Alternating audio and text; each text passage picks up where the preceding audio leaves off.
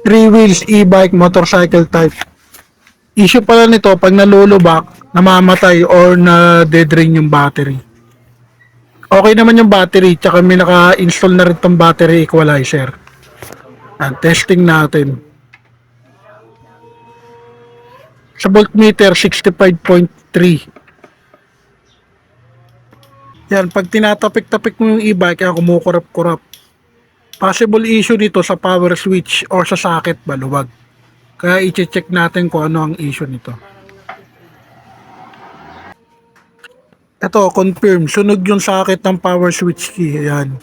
Bali, ang gagawin natin, idadirect lang natin to wire para hindi na mag-cause ng ganitong same problem. Buo yung power switch, yung socket lang ang may issue.